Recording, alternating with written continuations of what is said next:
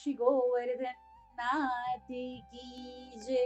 નિત્ય લીલાનો એક સુંદર પ્રસંગ આજે યાદ આવી જાય છે. વાહ!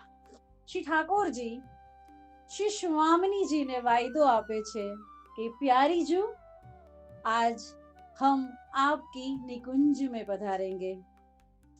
प्यारी जू खूब આનંદમાં આવી જાય છે કે આજે પ્રભુ પધારવાના છે અને એની તૈયારીઓમાં એ લલિતા વિશાખા સાથે વાર્તાલાપ કરવા જાય છે.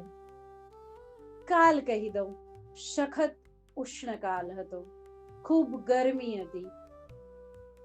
લલિતા વિશાખા સાથે તૈયારીઓમાં ને કામમાં શ્રી કૃષ્ણની વાતો કરવામાં, શ્રી કૃષ્ણની ગોષ્ઠીઓ કરવામાં ત્રણેય સખીજનો સ્વામિનીજી, વિશાખાજી અને લલિતાજી એટલા ભાવ વિભોર થઈ જાય છે, એટલા ગળા ડૂબ ખૂચી જાય છે કે સ્વામિનીજીને ભૂલાઈ જાય છે.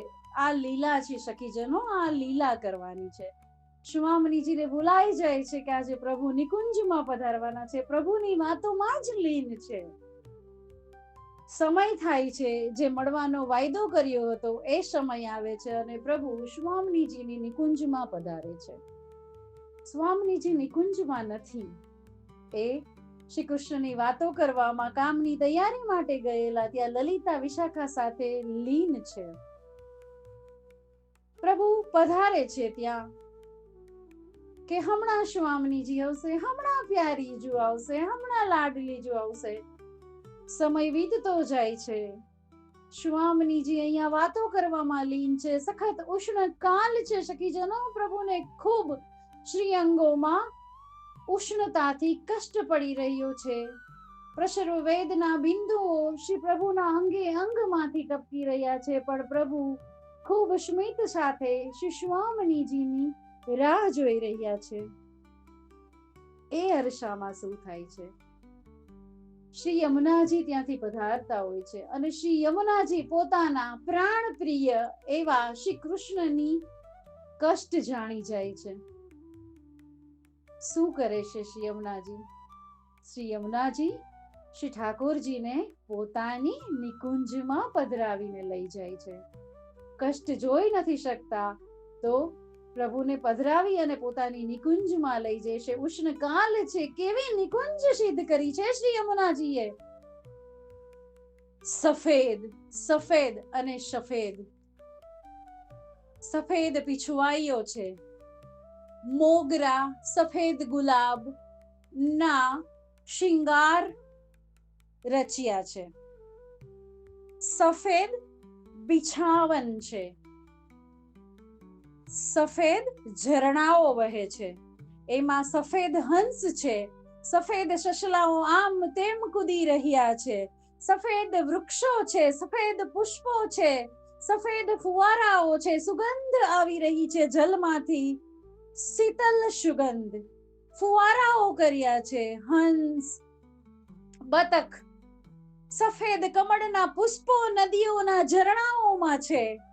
યમુનાજીએ શ્રી શ્વેત સફેદ વસ્ત્ર પરિધાન કર્યા છે. સફેદી સફેદી એટલી સફેદી થી નિકુંજ સુઘડતાથી તૈયાર થઈ છે સખીજનો કે ઉષ્ણકાલની આંચ જ ન આવી શકે.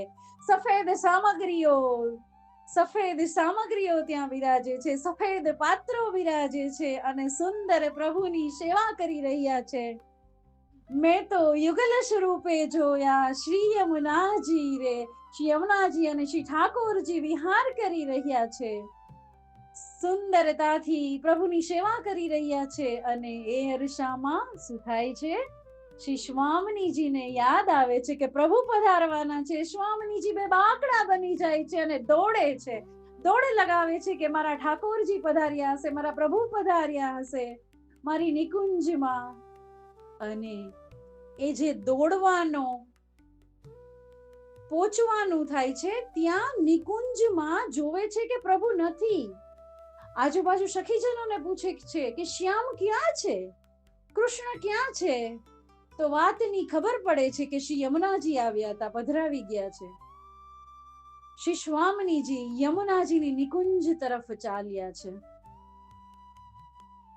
જ્યારે નિકુંજની નજીક પહોંચતા હતા ત્યારે એના નૂપુરનો, એની પૈંજનિયાનો, એના બીછિયાનો અવાજ, વેગથી ચાલવાથી એના બીછિયાનો અવાજ ઠાકોરજીના કાનમાં પડી જાય છે સખીજનો.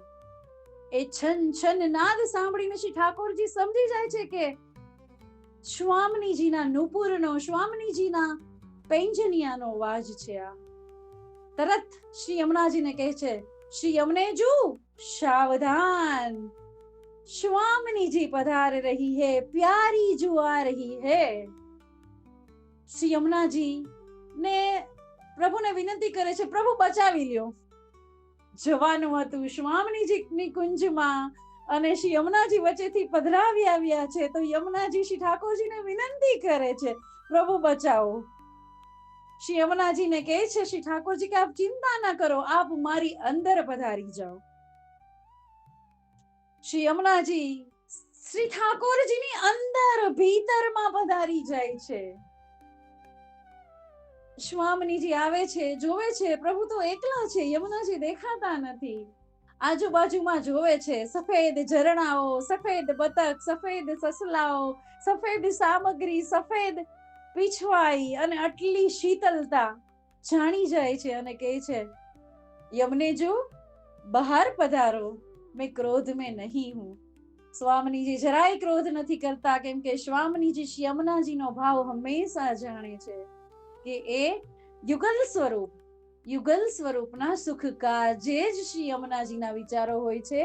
તો સ્વામિનીજી જરાય ક્રોધ નથી કરતા, યમુનાજી બહાર પધારે છે અને યુગલ સ્વરૂપની સેવા કરે છે. આવો એક સુંદર નિત્ય લીલાનો પ્રસંગ જેમાં શ્રી યમુનાજી છે, શ્રી ઠાકોરજી છે પ્રાણ પ્રિય અને શ્રી પ્યારીજુ છે શ્યામ મનોહારી. વાહ, સુંદર સુંદર પ્રસંગ. શ્રી ગોવર્ધન નાથ કી જય.